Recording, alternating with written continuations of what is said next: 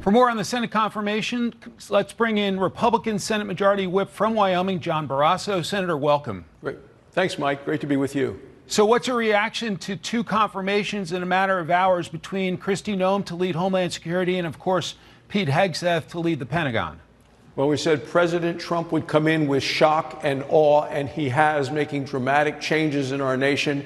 And I was committed as whip to making sure we could get the president's team, his national security team, in place as quick as possible.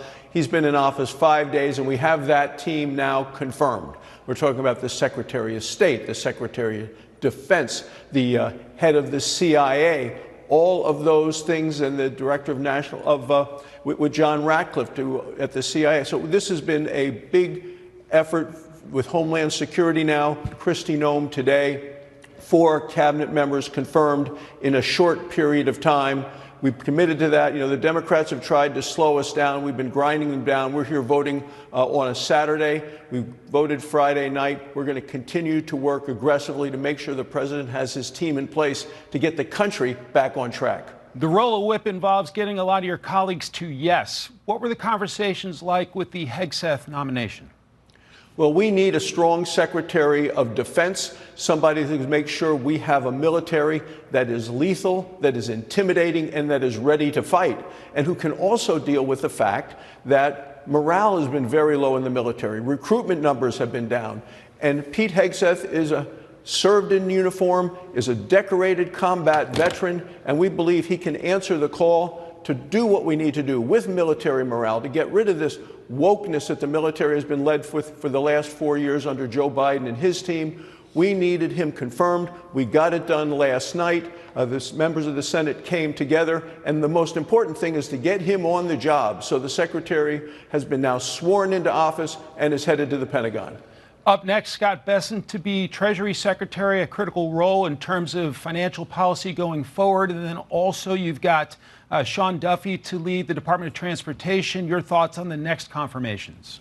Those are critically important. They both came out of committee with bipartisan support. And then we're moving on from there to energy. You know, the president has declared a national energy emergency, critical for our nation. Energy is called the master resource for a reason. We are a world energy superpower, and we ought to act like that. So in the next week, we will be voting, in addition to the ones that you've just mentioned for Treasury and Transportation, the head of the Department of Interior, the Secretary of Energy, the head of the EPA, people that can cut through the red tape and the regulations and the punishment that has come from our energy producers. I'm from Wyoming. We are an energy-producing superpower state. We're the breadbasket of American energy.